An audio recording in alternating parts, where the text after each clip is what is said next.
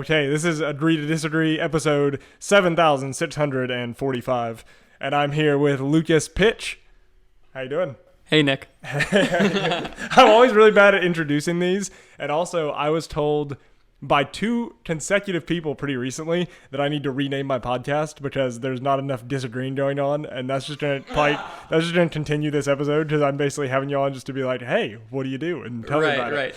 So I'm glad to be here on title to be determined. TBD. You got any good suggestions? Right.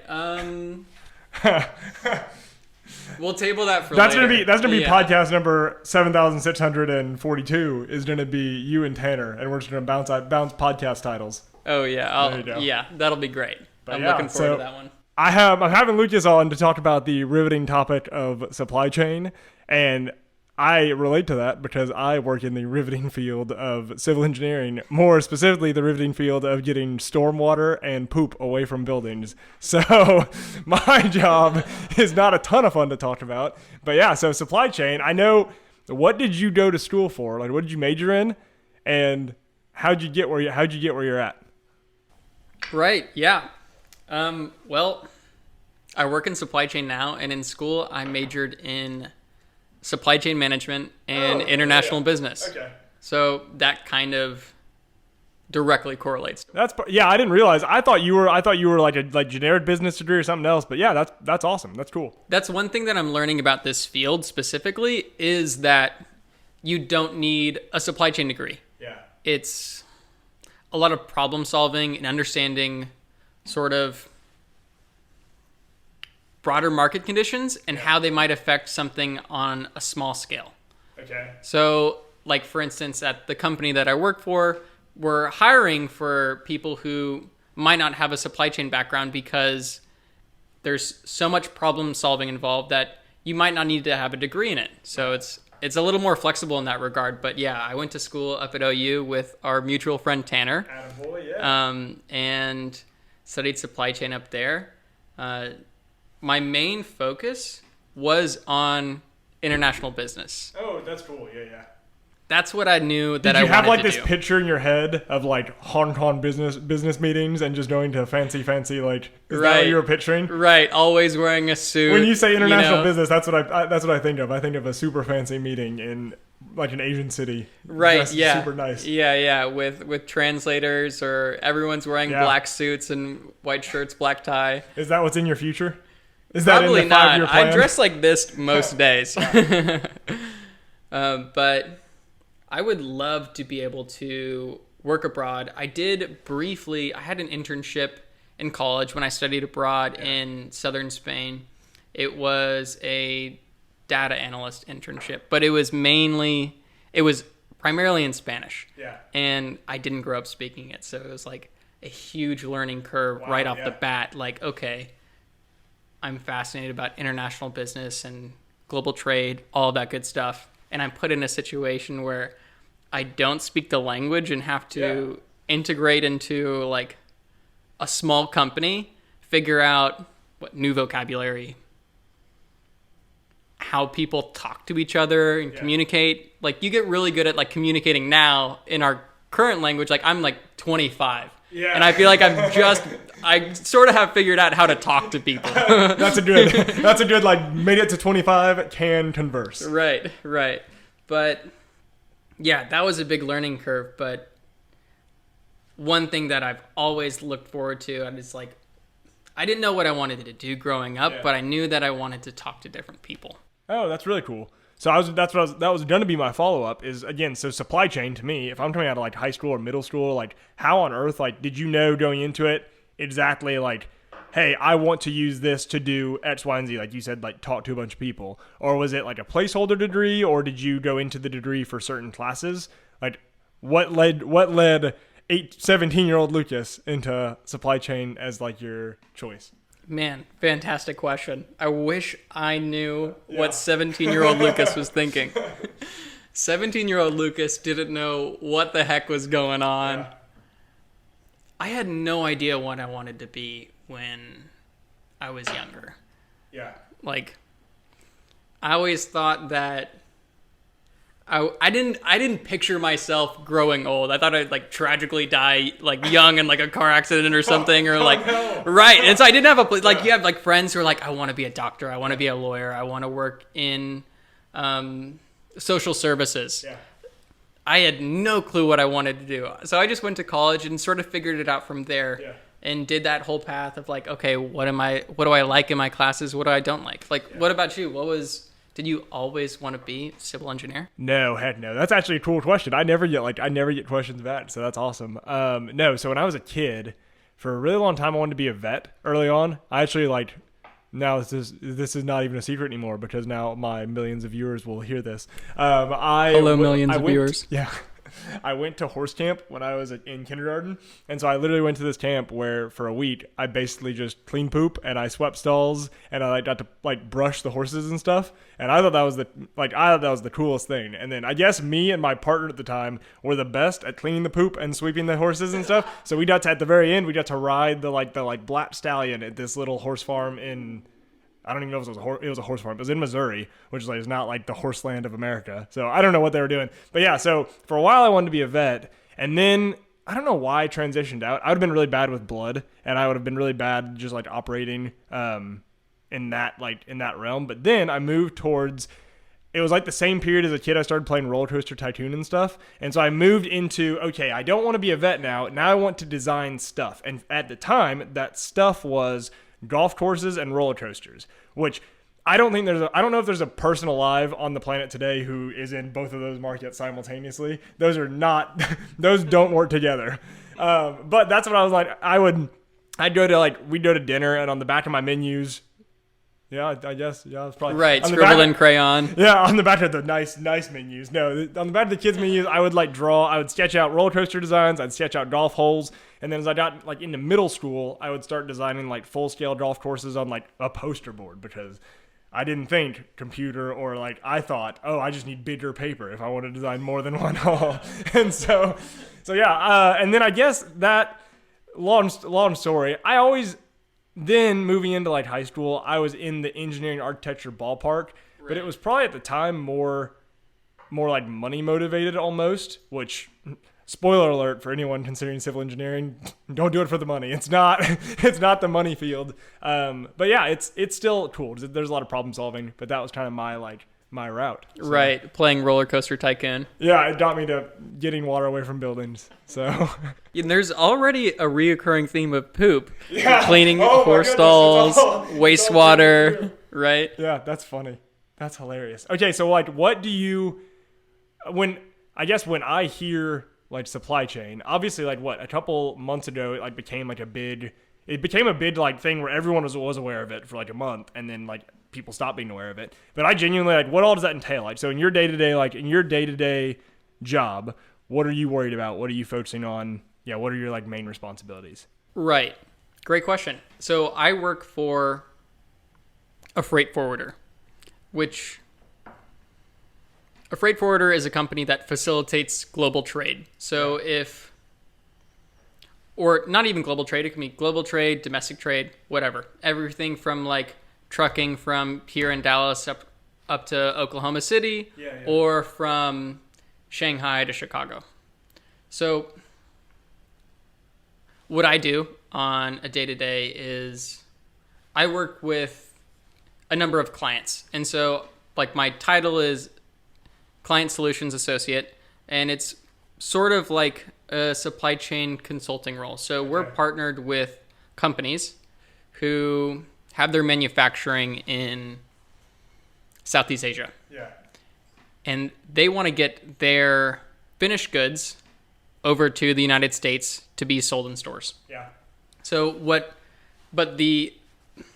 there's a whole bunch of things going on in either that encompasses the supply chain. It's everything from sourcing the materials, sourcing either the raw materials or subcomponents. So that could be the lithium or the nickel that will go into electric car batteries for Tesla. Yeah. Or subcomponents like semiconductors, which are in a crazy shortage. Sure. So it's all of supply chain is everything from like sourcing those materials to getting them made, forecasting how much needs to be made, and like the planning aspect of that, judging what the market's doing.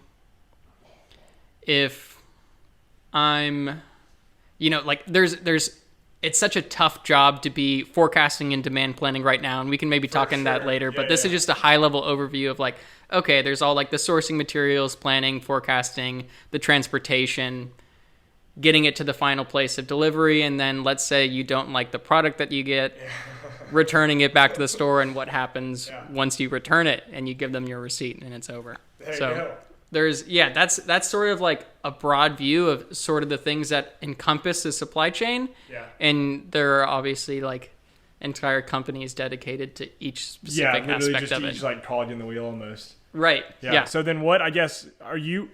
Oh, I literally told you to get close to the mic, and then I always have this habit of I'll just drift further and further away. Right. But yeah, so what does your company like serve a specific role, or are you more of, you mentioned like y'all consult, so do y'all basically just kind of advise and step in and bid picture, or do y'all focus kind of on one specific part? It's a both. It's the answer to that question is like we move the freight and also make like strategic recommendations based on current market conditions. Okay. So, for instance, right now, like when we're recording this, in the past few days, there's been a lockdown in Shanghai because of COVID restrictions. So, like China for the past, like for the entire pandemic has had a zero tolerance policy. And if there's a small outbreak, they will lock down an entire city. Yeah.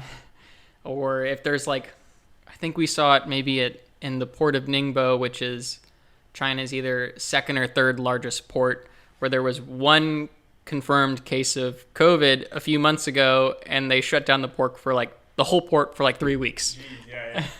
And on the flip side, over in the United States, like workers are getting COVID left and right. Yeah, it's not a big deal. So it's like looking at zero tolerance policies or what's going on in different countries, and then saying, okay, how is this going to affect how we move goods from A to B? A being China, Southeast Asia, B being North America. If it takes a really long time I think right now it takes on average like 115 days to move goods from where the manufacturer says it's ready and it ends up in the customer's fulfillment center. So there's a long just time. 115 days like from specific spots in Asia, or is that just like, is that from anywhere or anywhere overseas or? Right. So thank you for clarifying. That's probably from, let's say, from any of the ports in China out into maybe Chicago or New York. And obviously it differs if you're moving from Kaohsiung out in Taiwan or... I feel like you pronounced that really well. It's a tough one to spell. If I didn't know any better, that would you would have 100% gotten me, regardless if that's correct or not. You nailed it. Right, and I could also be pronouncing it a little off, but neither of us are the people you'd go to about that. No. Right. But yeah, that's really cool. I was gonna say, so going back with the whole, and again, maybe this might be too bit of bid picture. So if we need to like step it out, we can. No, sure, definitely. Well, it was like 6 months ago was like when like supply chain was as like a word or as like an industry was like in the most public eye, right? When it was, hey, everyone was freaking out about it. And again, like everyone's trying to stop recently, even though I don't know if it's like, I don't think it just like fixes itself that quickly. But so like like from your perspective or like in your opinion or just with your expertise, like what were the main driving factors of that like if you can remember back? Definitely. So we're recording this in mid-April. 6 months ago would be approaching Christmas season. Oh yeah. So we've got, people want their goods for Christmas. They want it for first Black Friday right after Thanksgiving, which is Black Friday is the most, I'm pretty sure it's a record-breaking sales day for most companies. Yeah, I can imagine. So that's even like small businesses, medium-sized businesses, anyone that's like a big retailer, that can be like last Black Friday might have been their best sales day ever. Jeez, yeah. So approaching that, and 6 months ago, we're still in like the height of the pandemic, pretty much. And the big thing about the pandemic and how it shifted consumer behavior was that pre-pandemic, most people's extra income was spent on services, traveling, going to restaurants. Yeah. It flipped when the pandemic happened.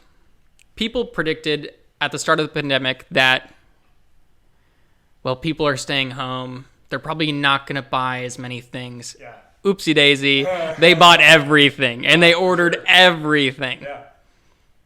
So when consumer spending on like retail goods and just like hard products was at an all-time high, and we have this incredibly constrained and inefficient infrastructure in the United States, companies are worried about moving their products, or they were worried about moving their products, and people were worried that they weren't even going to be able to buy them. So like that could be as simple as like, wow, like we're not going to have like stuff to fill the shelves on Black Friday, and then the consumer's thinking, I'm not going to be able to buy this gift for, my mom, dad, brother, sister, daughter.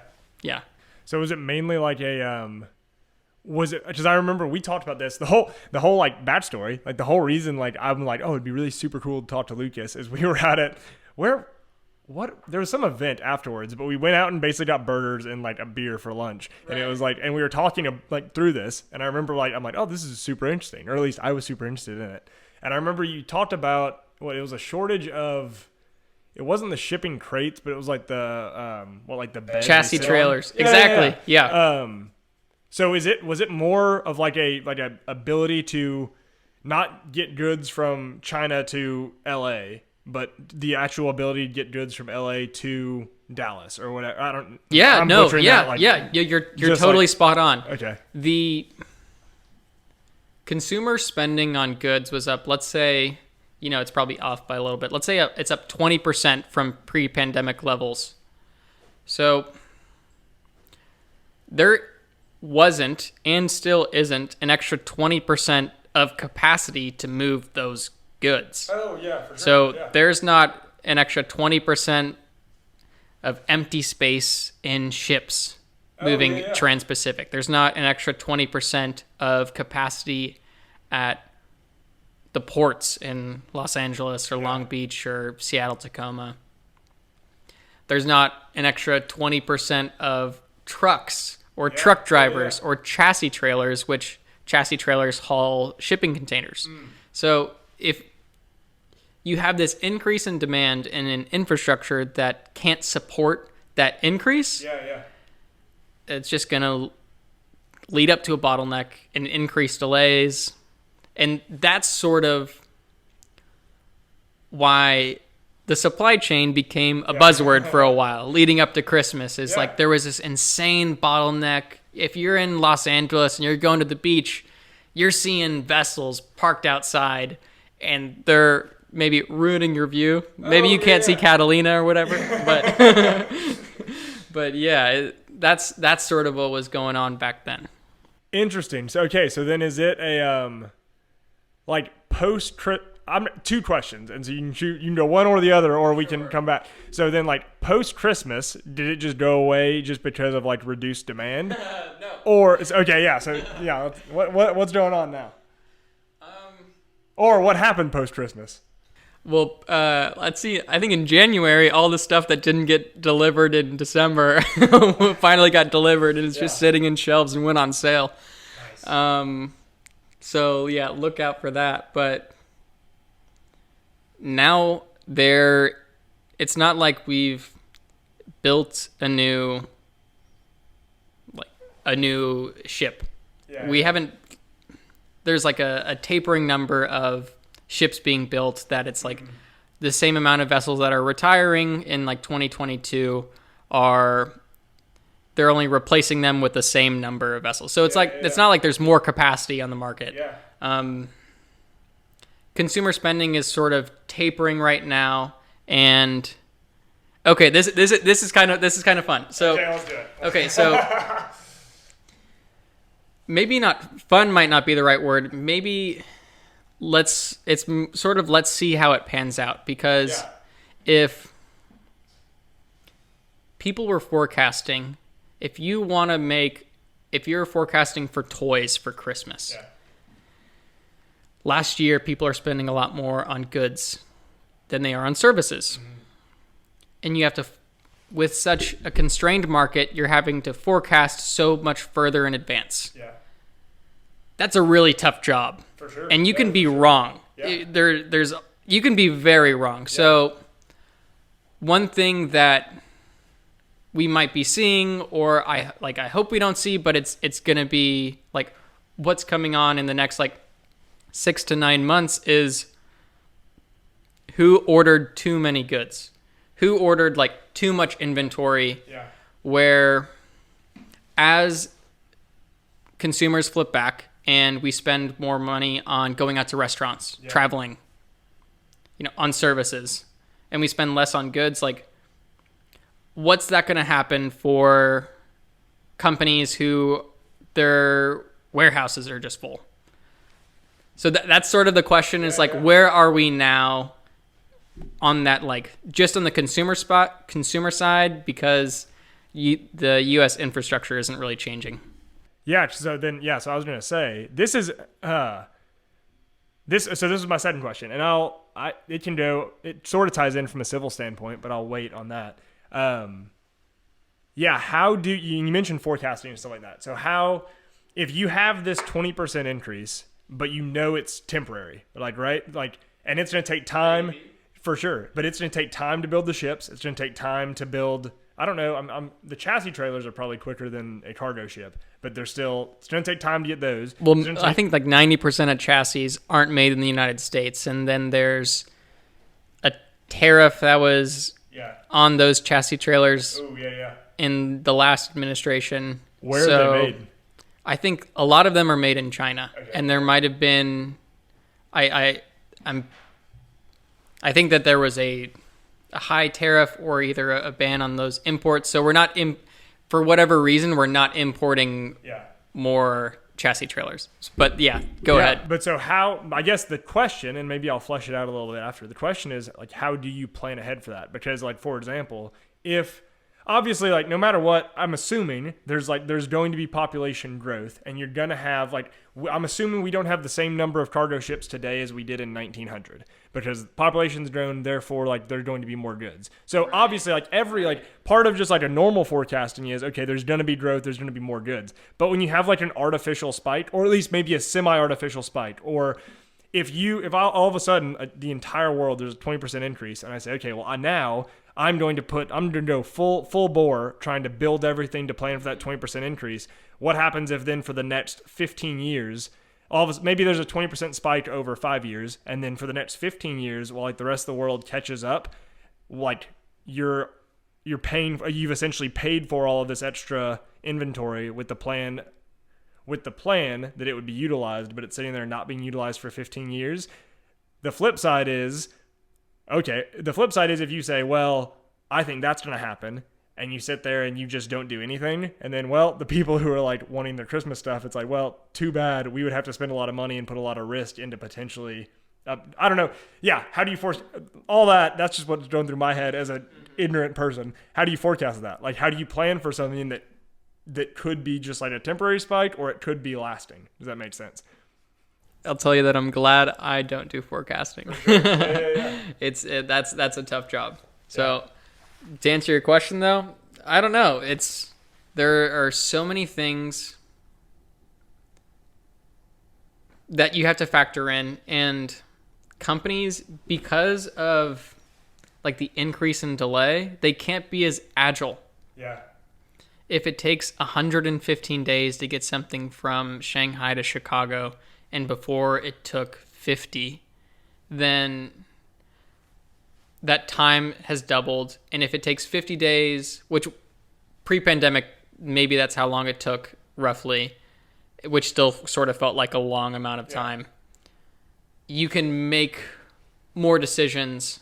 But yeah, companies going forward are going to be less agile, and we might even see deglobalization. So right now, if you have so many companies that have their manufacturing in,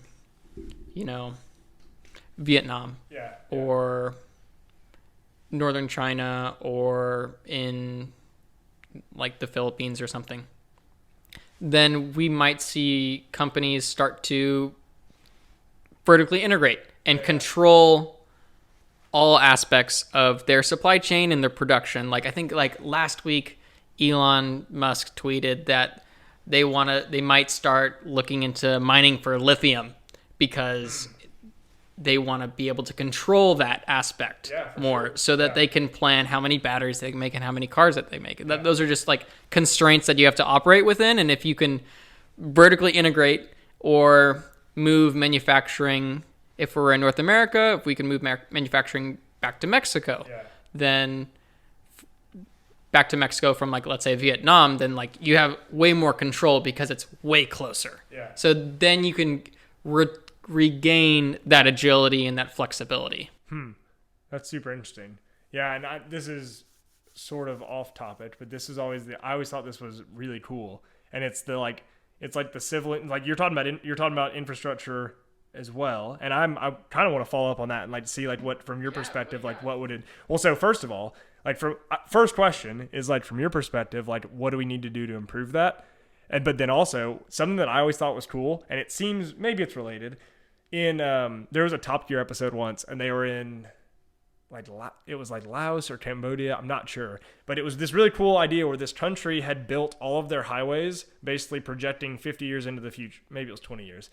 20 and 50 years in the future, and in the episode they were literally playing soccer in the middle of like a 12-lane highway because there like no cars were using it yet. But like in my mind, I'm like, man, that's really cool because if you get it right, you're planning ahead for traffic. And actually, China when they just did their new rail system, they did the same thing. They basically and it's easy to do when you have complete control over everything. But they built out the whole rail system, and they did that knowing that, hey, certain stations are just going to end up like basically falling into disrepairs. No one will use it. But they basically calculated, hey, it's worth it because enough people are going to use enough of them and that we would have planned in advance. So I don't know. I think that's an interesting, like, how do you toe the line between like being efficient and maximizing the money you have and doing well with that, but also like planning ahead. So to tie all that, from your perspective, like what like infrastructure improvements could we have or would be helpful? That's a great question. And you kind of have to understand what's going on with ports in the United States. Okay. Ports in the United States aren't, so like that's just the hard infrastructure. It's like ports. Okay. They're like, if you're in Los Angeles and Long Beach, they're really close to each other, but those are like, the biggest ports in the United States. They are constrained by the surrounding city of Los Angeles. So they can't get any bigger. So they need to get more efficient with the space that they have. They are already like, containers are stacked however high, you have however many trucks, whatever. So the way you get more efficient is with automation. The port of Rotterdam is fully automated. Isn't South Korea pretty automated too? I'm not sure about South, but I wouldn't surprise me. I know that the U.S., the top performing U.S. port has the same amount of operational efficiency as that of the number one port in Kenya. Oh, no. So there's, and I could be a little bit wrong on that, but I'm fairly certain. Ballpark, right? It's like lots of room to improve. There's a lot going on with right now about the automation in U.S. ports. We have coming up later in the summer, the union workers at the ports their contract is up. So they're going to renew that contract, and they're going to, take that to the ports, and, the government's probably going to get involved and step in and negotiate, because the last time that the union workers, for background, every single port worker on the west coast of the United States, that's in LA, Long Beach, Oakland, Seattle, Tacoma, they're all in one union. Yeah. So if they go on strike, that can represent a significant delay. Now, strike, I don't know if they go on strike specifically, but the last time that their contract was up and they went in negotiations, the workers had a ton of the leverage. And so it's even more so this time around. Yeah. The last time they went on strike was like 2015. And it was the biggest supply chain disruption since the recession in 08-09. Okay. Yeah. So automation is a big thing, and they don't want automation right now because they don't want to take away from jobs, but automation is a good thing. Like, if the Port of Rotterdam can operate 24/7 with like these huge robotic cranes and self-driving trucks and whatever, then the U.S. needs that to maintain their infrastructure and like maintain the integrity of the economy, and that goes all the way down to the consumer. If you want to order something on one-click shipping and get it today. Oh, thanks so much. We had that pre-planned, the backup beer. Right. So actually, okay, so this is because this goes into a bunch of things. This should go into there was a debate a while back about like self-driving trucks and then how that impacts truckers. And we haven't really seen those. No, not yet. I think apparently like Tesla's gonna maybe like discontinue them going forward, but I guess we'll see. It'd be pretty cool if they were. Yeah. But then like you hear this a lot with automation and stuff like that. Do you know by chance how a port like Rotterdam? I'm assuming at some point they were like port workers before they kind of transitioned and started to incorporate more automation. And that's something that's super tricky because like how do you obviously like for the person who's working that job. Like, yeah, it's super, like, I don't know how to tell you, like, man, you're going to have to find something else to do. Right. But at the same time, it's like, yeah, it would, in the long term, I don't know that's for sure. It would probably be better for you as far as you can probably find a job that's maybe not as, like, stressful or as intensive and maybe better paying, and it would be more efficient. But, like, how do you make that transition? Do you know of, like, an example where that's happened? Yeah, so, like, the difference here is that the Port of Rotterdam is managed by the country, as opposed to in like the United States, the Port of Oakland is managed by the city. So the mayor of Oakland also manages the port. Yeah. And he's got way bigger things to worry about to get reelected or to manage in like his city than like the port, So other countries are taking, or in the past like 20 years have used their ports as a method of maybe not national security, but like national critical infrastructure. Yeah. And so, but in the United States, it's more by local municipalities. So there's a difference when you can think long term, especially with regards to funding. Like I'm sure you see that like day to day with like the difference in what funding can make on a certain project. Yeah, for sure. Are there any? This is a weird question, and this would when you were saying that I was thinking about roads, and roads are I don't even know. This is my area of expertise, and I'm still ignorant on it. Are there any privately owned ports in the U.S. or globally? Yeah, I'm sure there are definitely. Oh, but not like any that would like stick out like big picture or the like obviously like the Port of LA or the Port of Long Beach. Like those are all in the same ballpark where they're like municipally or like city owned. There's some funky stuff that I don't know how to articulate. When you read something and you like agree with it, but you don't know how you can tell it back to someone else. For sure. I would say look up what's going on like who runs the ports, because I think there's also something interesting with like leasing the space, or Okay. I'm not exactly sure what's going on there. Yeah. But yeah, there's just a difference between how the United States has managed this infrastructure and how other countries are being more forward thinking and like have been thinking about this for the last like 25 years. And if we're just making these adjustments now to say, okay, and like in the Build Back Better plan, if however much money is going to U.S. ports, then when's that going to get built? When are we going to see the effects of that? So it's like, yeah, I guess that's just a infrastructure development plan that maybe the United States isn't keeping up with. Yeah.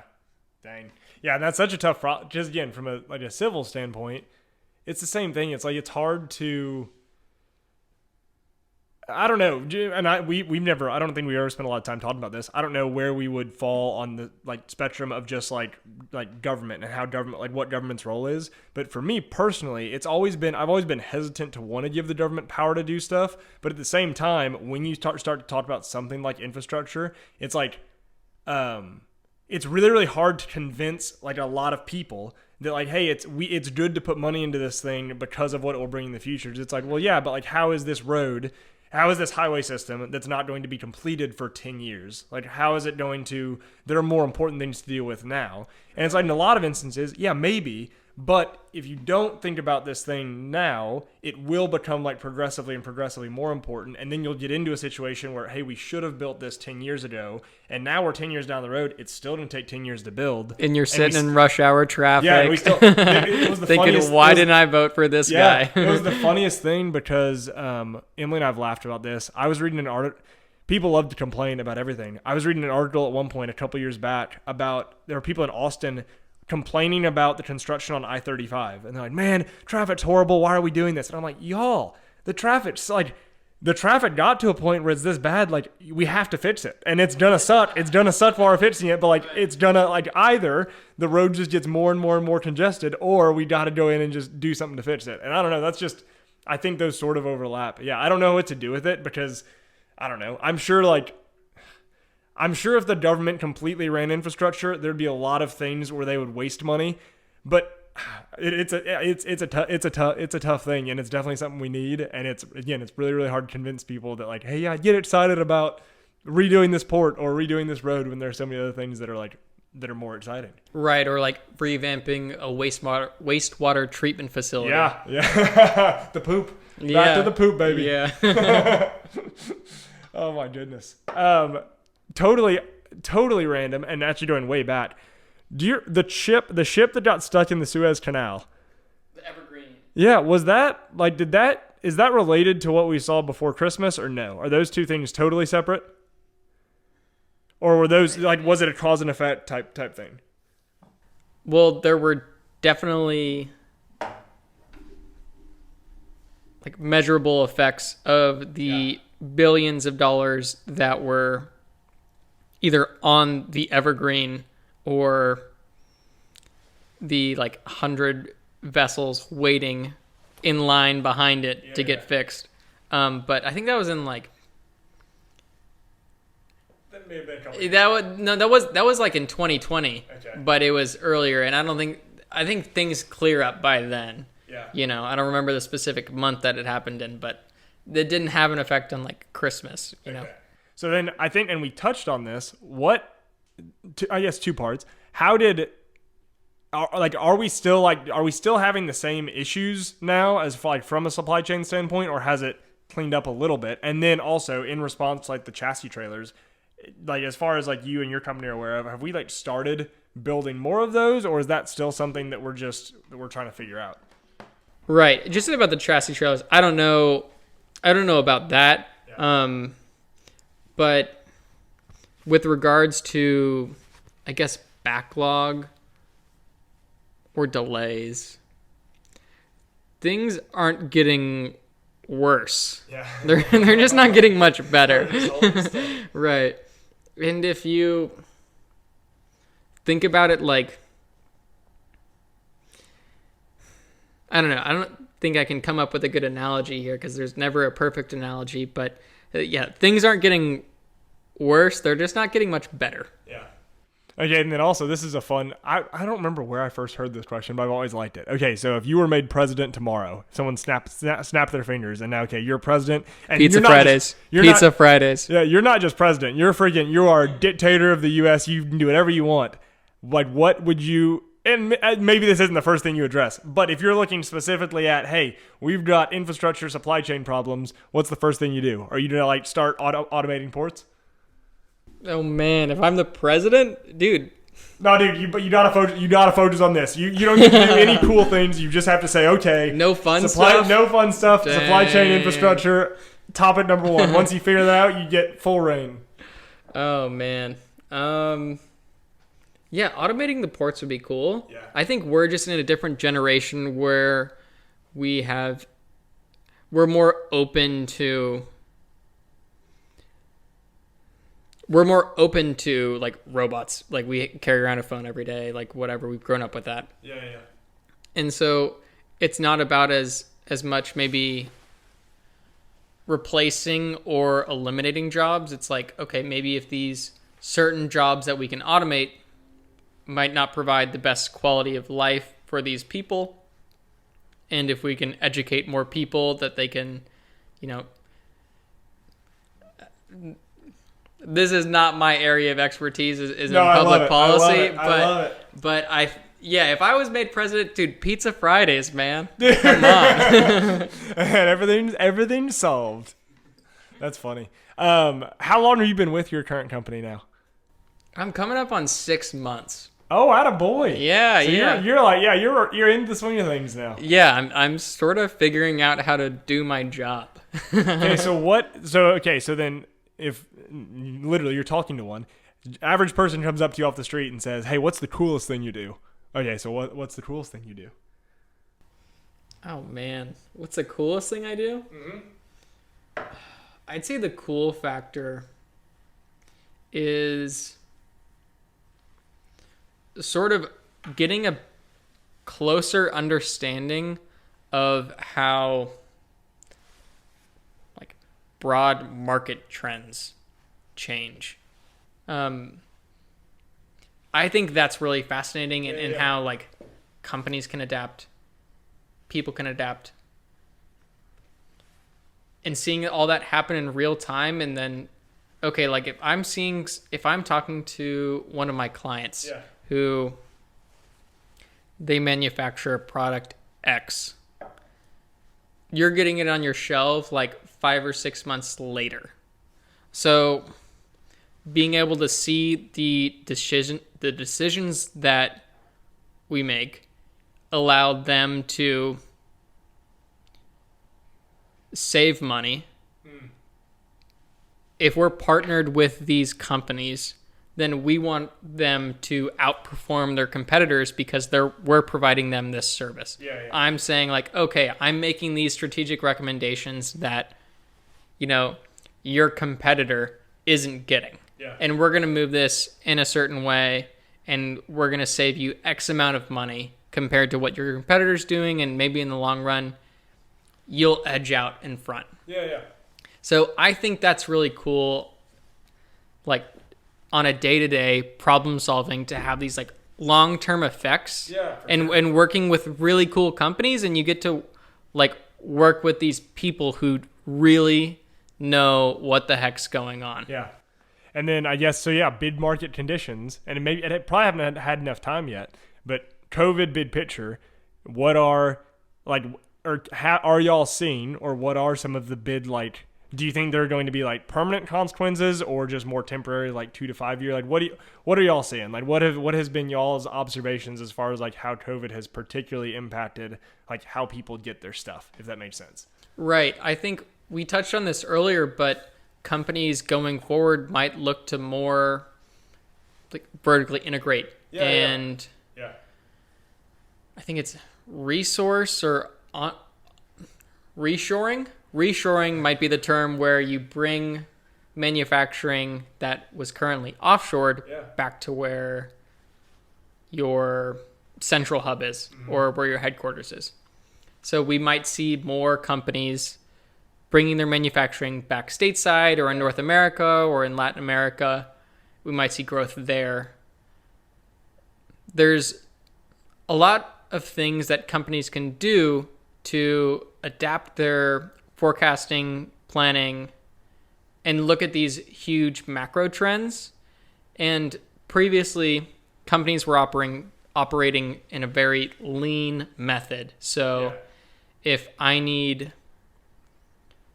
this specific input of plastic, if I'm building a TV and I need component X is going to be ready on the first day, component Z is going to be ready on the second day, and component Y is going to be ready on the third day.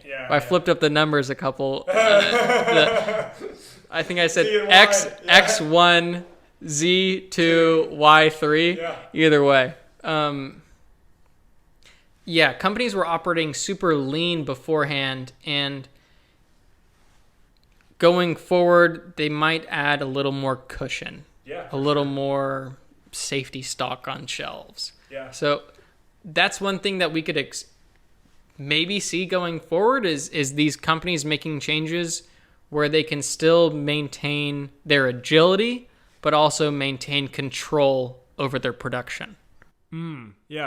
So I hear that. That seems more like a change for the better. Do you think so or no? Yeah, definitely. I mean, that's the capitalist world that we live in, is that like the strong, the most productive, the people who make the best goods survive. Those are the biggest companies that make the goods that we all want to use. Yeah. Well, and again, I don't have a fully formed opinion on this yet, but I don't experience this as much in my industry from a people standpoint. I experience it more like you mentioned. Well, I don't know if this is what you were trying to say. When you said like lean, I think of it as, okay, we're going to do everything for the bare, like as we're going to do this for the minimum cost possible, right? Yeah, sure. Yeah. And when I first got out of school, I'm like, man, that sucks. That's like, we're never going to get creative. We're never going to do anything. We're never going to do anything. Like, man, we're just always going to do stuff for the bare minimum, and we're never going to push ourselves. And to some degree, I still think that for sure. And then some of the people I've been working with, were like, yeah, but also at the same time, a lot of times that's what encourages like the best design, if that makes sense. As far as totally, like it's both 100%. But the consequence is, like you said, is if you're literally operating at the complete edge, then when something unexpected happens, you have no ability to then adapt to it. And so like that's like if I'm operating on I'm peak efficiency. As soon as one thing throws that off, it's like, well, crap, I didn't build any like contingency for this almost. Right. Yeah, so that's super interesting. And then the second thing is, I don't know, with like, so you mentioned like reshoring, and in my mind, you said like Mexico, America, and Latin America all together. And in my mind, it's kind of the same thing. It's like I feel, and again, I am so out of my element when I talked about this because I'm 26. You're on track. Yeah, but it's like this idea of I think companies, to maximize profit, they're like, okay, we're going to ship everything overseas because it's cheaper. But then you've got all of these people who are working for significantly less money than to make that same good, right? And so if you bring it back, are we more likely to pay like a little bit better for those same things? Like to offset. Oh, like an inflation question? Or like a rising cost question? Or no, like so if the whole reason to ship or to like outsource manufacturing to China cheaper is labor. We're gonna save so much in labor that whatever we've got to pay to get the stuff over to the United States, we are making money, right? Right. So if we bring it to the United States or to Mexico or to Latin America, is the idea that, okay, well, we're going to pay a little more in labor, but we're going to save money. We're going to save money in like shipping costs, and we're going to avoid the potential like. Does that make sense? It reminds Yeah, no, definitely. You're right. It's all about which market you want to serve. So if I have manufacturing in China to serve the United States market, then if I bring manufacturing back to the United States, I gain better control over U.S., but not the U.S., and being able to respond to changes in consumer demand faster. Yeah. So the greater distance between your consumer and your manufacturing hub, the greater difficulty there is to plan. So there's the bullwhip effect, where a small change in consumer behavior can have increasingly larger ramifications as you go throughout the supply chain. So if, let's say you're in the start of the pandemic and people were buying up all the toilet paper or paper towels or whatever these freaking nerds were doing. Yeah. So the store runs out of paper towels or toilet paper. Then they go back to maybe a central warehouse and they say, okay, let's get all of the paper towels and let's put them back in this specific storefront that's out of it. Well, once that warehouse runs out, then they go to a fulfillment center, and then once that fulfillment center runs out, then okay, let's go back to the manufacturer and let's order a whole bunch more. And then the manufacturer is ordering a whole bunch more. But then once it finally gets back to the storefront, 5 or 6 lanes down the chain, a few months later, there isn't that same demand. Yeah, people have stopped buying it. People have stopped freaking out about toilet paper. Right. So that's the bullwhip effect, is that a small change in consumer behavior can have significant ramifications on planning for future demand. I don't remember what the point was of what I was, but yeah, that's sort of just what that effect is and how we can manage that. No, that was a super cool. I really enjoyed that analogy because, again, for me, that gets through. When you say bullwhip, I'm like, no idea. And right, you picture throwing it and then it cracks and gets bigger. Yeah, all that stuff. Yeah, but yeah, so we were talking about like reshoring and stuff like that. Were you wanting to tie it back into that? Yes, yeah. So if you have production moved back to the United States or Mexico, Canada, wherever, and you have a small change in consumer behavior in the United States, then you are much closer to that realm of manufacturing where you can make these changes and stay agile, stay flexible, stay competitive. For sure. But then you're screwed to operate back in China, right? Yeah, maybe if you're trying to serve like the Chinese market, maybe you still need hubs there for manufacturing, or maybe you need to take some other steps to like ensure that you're still able to respond to what consumers are doing. Yeah. Interesting. Why don't most companies already have like, and I think I probably know the answer. I would guess to know the answer. Why don't most companies already have basically not totally independent, but basically like separate ecosystems on separate continents, if that makes sense? Just to me, in my mind, it's like, oh, that's going to be the best of both worlds. You're going to be able to, is it because certain markets aren't big enough? Is it labor? Is it like certain materials can only be produced, or certain materials can reasonably only be like gathered here? Gathered's a crappy word, whatever. Yeah, no, okay, so you said that, okay, maybe where raw materials are sourced, or so like the biggest companies, they have a really diversified and interconnected supply chain. Yeah. So like Dell, for instance, like Dell computers, they're really good. Same thing with HEB. Heck yeah, HEB. Right. Oh, man, I miss having them up here.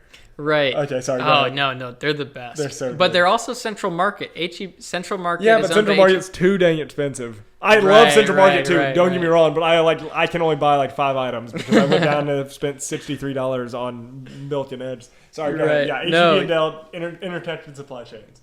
There are companies who are renowned as having a really robust supply chain. Like Apple is really good. Yeah.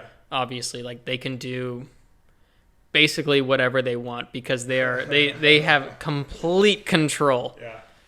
So there are all of these companies that have diversified in different hubs. So let's say to use the pandemic as like a recent topical example, if there's an outbreak in Vietnam, then they can source from somewhere else, so that they can still keep up that level of production.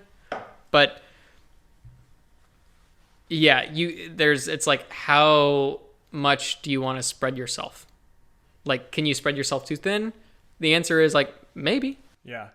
But Apple, it's easier for Apple to take that risk because they've got a bajillion dollars. And Right. They're more likely to cover it. They have and so I'm sure much money. Dell's doing pretty well too, and I'm sure HEB is doing great. But like, yeah, you can also, maybe if you're not Apple to HEB, you can also just do it if you just manage it well, right? Mm-hmm. You can either have lots of money and manage it well, or have less money and still manage it well. Mm-hmm. Cool. Maybe last question, because we're close to an hour. But It doesn't even feel like it. I'll tell you what. So yeah, very quickly. Usually I have Emily run in here and she's like, "You're at an hour," and I'm like, "Come on, man! I want to record for like 5 hours," and no one would listen to that at all. You mentioned Tesla earlier, and I was just I wish I knew more about different things. So I'm gonna lean on you. And what are your thoughts about like Tesla? How do they do from a supply chain standpoint? So for example, obviously from just a layperson standpoint, I drive past the factory they're building in Austin, and it's just, or outside of Austin, and it's a dang behemoth. It's incredible. Right. Yeah.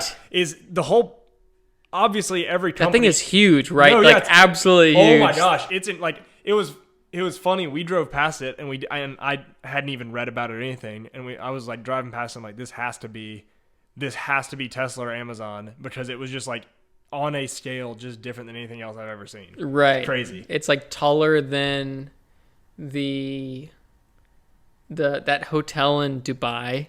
It's, I don't know. Like sideways, yeah. it's taller than that. It can feel like, like 40 million hamsters, and like that was some like BS like cubic measurement that Elon threw out in like their unveiling of that center. But yeah, it's freaking massive. That's so funny. There was something I saw, I don't remember what it was.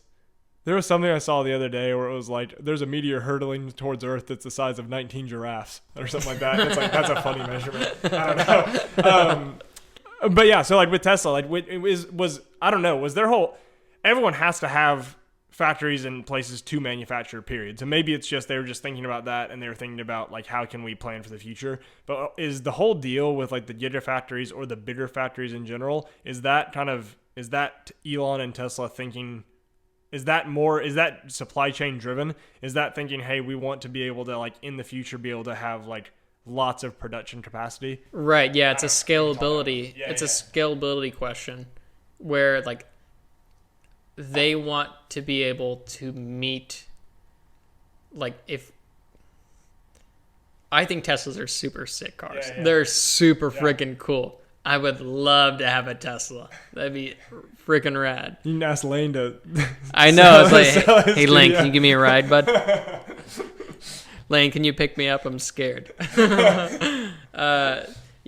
like, it's a scalability thing. Like, if you can have that much control, then you can scale up larger, and it's probably a production thing. And maybe someone else could answer this a little bit better than I can. Maybe Lane could honestly answer. He's an automotive engineer. I bet he could. Yeah. I'm gonna have him on at some point. I don't know what he wants to talk about. Freaking nerd stuff, probably. Dude, I don't know. I have to just be along for the ride and just listen. But no, he's he's a real nice guy. Yeah, sure. He'd probably love to be on. Yeah.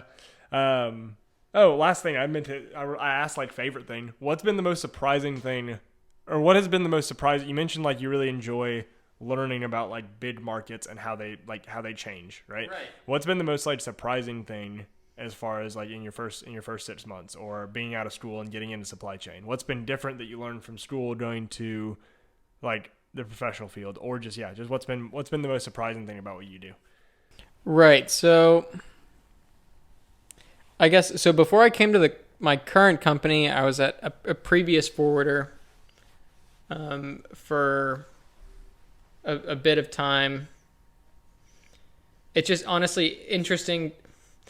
The biggest surprise is how interconnected everything is, and stuff you see in the news can have like direct impacts. Yeah. But way later. Like something you see in the news might have an impact like a few months down the line. So it's sort of like a wait and see game. But it's the thing that I like most about my job is like the people. The people that I get to work with are like, they're so great, and I feel so lucky to be like their teammates and stuff, and I like respect the heck out of them because they're doing a really good job and they really know what the heck's going on. That's the biggest surprise to me is like how great all the people have been. They've just been so awesome and like really helping me learn like what's going on. Yeah. Man, well, that's awesome. Yeah. Well, I don't have anything else you want to talk about. Pizza Fridays, baby. Pizza Fridays. And Taco Tuesdays. Right. Yes. Of course. My mom always said if she was president, she would make like a mandatory nap time, which would be siestas. Yeah. Oh man. Oh, here she comes. Hey, that timing was pretty good though, huh? Yeah, she's proud. Okay, but yeah, hey, really loved having you on. I think it's a super interesting topic. Yeah. I'd love to have you on at some point with Lane, Tanner, and just screw around or just talk more about a bunch of things. But yeah, I really appreciate you having you on. And yeah, I'm always really bad at ending these things. So I'm going to clap, and then we'll be done. Awesome. Thanks, Say Nick. bye to the people. Later, y'all. See y'all.